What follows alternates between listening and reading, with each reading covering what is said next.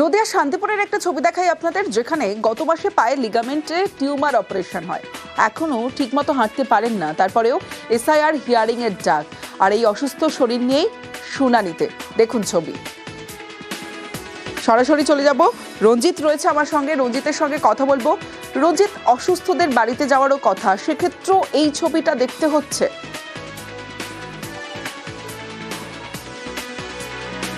দেখো, শান্তিপুর বিধানসভার 61 নম্বর বুথের ভোটার বাসিন্দা সুচন্দ্র হালদার এবং গত 1 মাস আগে তার লিগামেন্ট অপারেশন, টিউমার অপারেশন হয় এবং তিনি অসুস্থ ছিলেন। এখনো পর্যন্ত তিনি অসুস্থ এবং বিষয়টি যে স্থানীয় বিএলও রয়েছে তাকে জানানো হয়েছে। 61 নম্বর বুথের যে বিএলও, তাকে জানানো হয়েছিল।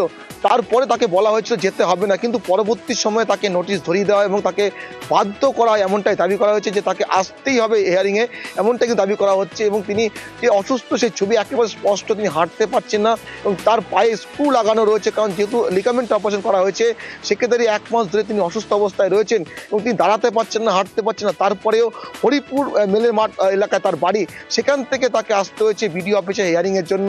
এবং বিষয়টি তিনি বারবার বিএলওকে জানানো হয়েছিল এবং তিনি দাবি করছেন যে বিএলও প্রথম থেকে হিয়ারিং আসতে হবে না এমনটা কথা বললেও পরবর্তী সময় তাকে কিন্তু হিয়ারিং আসতে হয়, এমনটা দাবি করা হচ্ছে। আজ কার্যত তাকে এই অসুস্থ অবস্থায় এবং যে হাঁটতে পারছে না সেই অবস্থায় তাকে হিয়ারিং এ আসতে হয়েছে, এতটা দূর পথ অতিক্রম করে তাকে আসতে হয়েছে শুধুমাত্র যাতে ভোটে তার নাম কাটা না যায় সেই আতঙ্কে, সেই ভয়ে কিন্তু তাকে আসতে হয়েছে। এবং বারবার কিন্তু তিনি অভিযোগ করছেন যে তার যে অসুস্থতা বিষয়টি সম্পূর্ণ বিএলওকে জানানো হয়েছিল এবং তাকে প্রথম থেকে বলা হলেও পরবর্তী সময় তাকে আসতে বলা হয়। সেই কারণে তিনি আজকে যে তিনি শান্তিপুরে যে ব্লক অফিস রয়েছে বিএলওকে জানিয়েছিলেন, কিন্তু তারপরেও তাকে জানানো হয় যে তাকে হিয়ারিং এ আসতেই হবে, আর সেই অসুস্থ শরীর নিয়ে তিনি এসেছেন। শুনবো। 1 মাস হয়নি এখন, গেল মাসে মানে ডিসেম্বরে 19 না 21 তারিখ হয়েছে। আচ্ছা, কি অপারেশন হয়েছিল? লিগামেন্টে টিউমার হয়েছিল। আচ্ছা, তারপর এখন এরকম অসুস্থ হয়ে বসে আছি, বলেছে ডাক্তার হাঁটাচলা করতে অসুবিধা। পায়ে কি হয়েছে? প্লেট বসেছে? নাট বসিয়েছে। নাট বসিয়েছে। তো তার মধ্যে এখানে দাঁড়াতে পারছেন এখন? না, কষ্ট হচ্ছে একটু, পায়ে তো ব্যালেন্স দিতে পারছি না, ছেলে ধরে ধরে নিয়ে এসছে। তা এখন কি এসআইআর এর শুনানি এসছে নাকি আপনার? ফের ভিন রাজ্যে বাংলার পরিযায়কে খুন। অন্ধ্রপ্রদেশের মগরাহাটে পরিযায়কে পিটিয়ে খুন। মগরাহাটের গড়খালির মঞ্জুর আলম লস্কর খুন। 10 বছর ধরে অন্ধ্রপ্রদেশে জরির কাজ করতেন মঞ্জুর। সরাসরি চলে যাব, আনিসুদ্দিন মোল্লা রয়েছে আমার সঙ্গে। আনিসুদ্দিন, 10 বছর ধরে যেখানে কাজ করতেন সেখানে এই ধরনের অভিযোগ, যে পিটিয়ে খুন করার অভিযোগ করছে পরিবার, ঠিক কি হয়েছিল, কি অভিযোগ? দেখো, মৃত মঞ্জুর আলম লস্করের পরিবারের পক্ষ থেকে যেটা দাবি করা হচ্ছে যে গত 10 বছর ধরে তিনি অন্ধ্রপ্রদেশে জরির কাজ করতেন, কিন্তু এবারে 20 দিন আগেই তিনি বাড়ি থেকে অন্ধ্রপ্রদেশের উদ্দেশ্যে কাজে যান এবং নতুন জায়গায় কাজে গিয়েছিলেন এবং সেখানেই কাজ করার জন্যই গিয়েছিলেন। এবং গত সোমবার সেখান থেকেই বাড়িতে ফোন আসে যে তাদের পরিবারের ছেলে সেখানে কাজ করতে চাইছে না এবং তাকে আটকে রাখা হয়েছে। তার জন্য তাকে 30,000 টাকা চাওয়া হয়েছিল পরিবারের কাছে, এমনটাই দাবি করা হয়েছে, কিন্তু পরিবারের পক্ষ থেকে সেই টাকা দিতে পারেনি। এবং বুধবার খবর আসে যে তাদের ছেলে কোনো জিনিস চুরি করেছিল, এমনটা অপবাদ দিয়ে তাকে খুন করা হয়েছে, এমনটাই কিন্তু মনে করছেন পরিবারের লোকজন। তবে এই কারখানার মালিক যিনি ছিলেন তাদের থেকে ফোন করে জানা হয়েছে প্রচণ্ড মদ্যপান করার কারণে কিন্তু ওই পরিযায়ী শ্রমিকের মৃত্যু হয়েছে। তবে যা দাবি কিন্তু মানতে নারাজ পরিবারের লোকজন। তাদের অভিযোগ যে চুরির অপবাদ দিয়ে পিটিয়ে খুন করা হয়েছে মঞ্জুর আলম লস্করকে। আর এই ঘটনায় কিন্তু শোকস্তব্ধ মঞ্জুর আলমের পরিবার, কারণ পরিবারের একমাত্র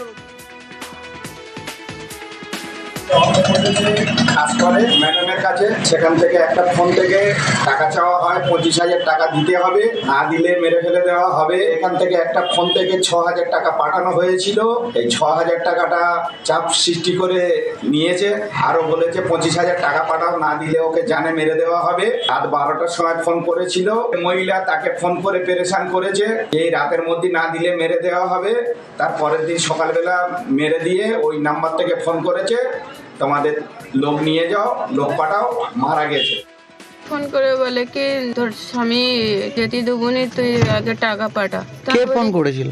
ওই স্যার বলে আগে 30,000 টাকা দিবি তবে ছাড়বো। আমি টাকা পেটে দিচ্ছি, তুই ছেড়ে দে, নাহলে গাড়ি তুলে দে। বলে না, ও ছাড়বো, মেরে ফেলবো। কবে ফোন করেছিল? সোমবার রাতে। তারপরে এবার বলে কি বাংলাদেশ। নদিয়া শান্তিপুরের একটা ছবি দেখাই আপনাদের, যেখানে গত মাসে পায়ে লিগামেন্টে টিউমার অপারেশন হয়। এখনো ঠিকমতো হাঁটতে পারেন না, তারপরেও এসআইআর হিয়ারিং এর ডাক। আর এই অসুস্থ শরীর নিয়েই শুনানিতে। দেখুন ছবি। সরাসরি চলে যাব, রঞ্জিত রয়েছে আমার সঙ্গে, রঞ্জিতের সঙ্গে কথা বলবো। রঞ্জিত, অসুস্থদের বাড়িতে যাওয়ারও কথা, সেক্ষেত্রেও এই ছবিটা দেখতে হচ্ছে।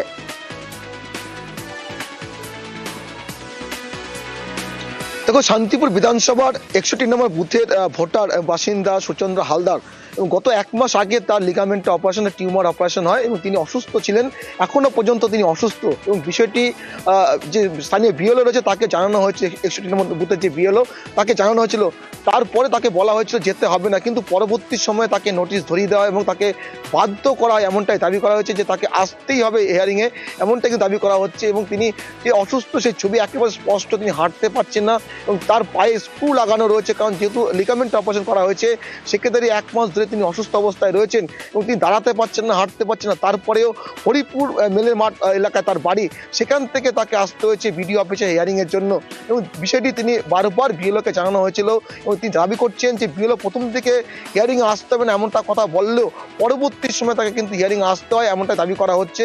আজ কার্যত তাকে এই অসুস্থ অবস্থায় এবং যে হাঁটতে পারছে না সেই অবস্থায় তাকে হিয়ারিংয়ে আসতে হয়েছে, এতটা দূর পথ অতিক্রম করে তাকে আসতে হয়েছে শুধুমাত্র যাতে ভোটে তার নাম কাটা না যায় সেই আতঙ্কে, সেই ভয়ে কিন্তু তাকে আসতে হয়েছে। এবং বারবার কিন্তু তিনি অভিযোগ করছেন যে তার যে অসুস্থতা বিষয়টি সম্পূর্ণ বিএলওকে জানানো হয়েছিল এবং তাকে প্রথম দিকে বলা হলেও পরবর্তী সময় তাকে আসতে বলা হয়। সেই কারণে তিনি আজকে যে তিনি শান্তিপুরে যে ব্লক অফিস রয়েছে সেখানে বিএলওকে জানিয়েছিলেন, কিন্তু তারপরেও তাকে জানানো হয় যে তাকে হিয়ারিং এ আসতেই হবে, আর সেই অসুস্থ শরীর নিয়ে তিনি এসেছেন। শুনবো। 1 মাস হয়নি এখন, গেল মাসে মানে ডিসেম্বরে 19 না 21 তারিখ হয়েছে। আচ্ছা, কি অপারেশন হয়েছিল? লিগামেন্টে টিউমার হয়েছিল। আচ্ছা, তারপর এখন এরকম অসুস্থ হয়ে বসে আছি, বলেছে ডাক্তার হাঁটাচলা করতে অসুবিধা। পায়ে কি হয়েছে? প্লেট বসেছে? নাট বসিয়েছে। নাট বসিয়েছে। তো তার মধ্যে এখানে দাঁড়াতে পারছেন এখন? না, কষ্ট হচ্ছে একটু, আর পায়ে তো ব্যালেন্স দিতে পারছে না, ছেলে ধরে ধরে নিয়ে এসছে। তা এখন কি এসআইআর এর শুনানি এসছে নাকি আপনার? ফের ভিন রাজ্যে বাংলার পরিযায়ীকে খুন, অন্ধ্রপ্রদেশের মগরাহাটে পরিযায়ীকে পিটিয়ে খুন। মগরাহাটের গড়খালির মঞ্জুর আলম লস্কর খুন। 10 বছর ধরে অন্ধ্রপ্রদেশে জরির কাজ করতেন মঞ্জুর। সরাসরি চলে যাব, আনিসুদ্দিন মোল্লা রয়েছে আমার সঙ্গে। আনিসুদ্দিন, 10 বছর ধরে যেখানে কাজ করতেন সেখানে এই ধরনের অভিযোগ যে পিটিয়ে খুন করার অভিযোগ করছে পরিবার, ঠিক কি হয়েছিল, কি অভিযোগ? দেখো, মৃত মঞ্জুর আলম লস্করের পরিবারের পক্ষ থেকে যেটা দাবি করা হচ্ছে যে গত 10 বছর ধরে তিনি অন্ধ্রপ্রদেশে জরির কাজ করতেন, কিন্তু এবারে 20 দিন আগেই তিনি বাড়ি থেকে অন্ধ্রপ্রদেশের উদ্দেশ্যে কাজে যান এবং নতুন জায়গায় কাজে গিয়েছিলেন এবং সেখানেই কাজ করার জন্যই গিয়েছিলেন। এবং গত সোমবার সেখান থেকেই বাড়িতে ফোন আসে যে তাদের পরিবারের ছেলে সেখানে কাজ করতে চাইছে না এবং তাকে আটকে রাখা হয়েছে। তার জন্য তাকে 30,000 টাকা চাওয়া হয়েছিল পরিবারের কাছে, এমনটাই দাবি করা হয়েছে, কিন্তু পরিবারের পক্ষ থেকে সেই টাকা দিতে পারেনি। এবং বুধবার খবর আসে যে তাদের ছেলে কোনো জিনিস চুরি করেছিল, এমনটা অপবাদ দিয়ে তাকে খুন করা হয়েছে, এমনটাই কিন্তু মনে করছেন পরিবারের লোকজন। তবে এই কারখানার মালিক যিনি ছিলেন তাদের থেকে ফোন করে জানা হয়েছে প্রচন্ড মদ্যপান করার কারণে কিন্তু ওই পরিযায়ী শ্রমিকের মৃত্যু হয়েছে। তবে যা দাবি কিন্তু মানতে নারাজ পরিবারের লোকজন। তাদের অভিযোগ যে চুরির অপবাদ দিয়ে পিটিয়ে খুন করা হয়েছে মঞ্জুর আলম লস্করকে। আর এই ঘটনায় কিন্তু শোকস্তব্ধ মঞ্জুর আলমের পরিবার, কারণ পরিবারের একমাত্র কাজ করে ম্যাডামের কাছে, সেখান থেকে একটা ফোন থেকে টাকা চাওয়া হয়, 25,000 টাকা দিতে হবে, না দিলে মেরে ফেলে দেওয়া হবে। এখান থেকে একটা ফোন থেকে 6,000 টাকা পাঠানো হয়েছিল। এই 6,000 টাকাটা চাপ সৃষ্টি করে নিয়েছে, আরো বলেছে 25,000 টাকা পাঠাও, না দিলে ওকে জানে মেরে দেওয়া হবে। রাত 12টার সময় ফোন করেছিল মহিলা, তাকে ফোন করে পেরেশান করেছে এই রাতের মধ্যে না দিলে মেরে দেওয়া হবে। তার পরের দিন সকালবেলা মেরে দিয়ে ওই নাম্বার থেকে ফোন করেছে, তোমাদের লোক নিয়ে যাও, লোক পাঠাও, মারা গেছে। ফোন করে বলে কি তোর স্বামী যেতে দেবনি, তুই আগে টাকা পাঠা। কে ফোন করেছিল?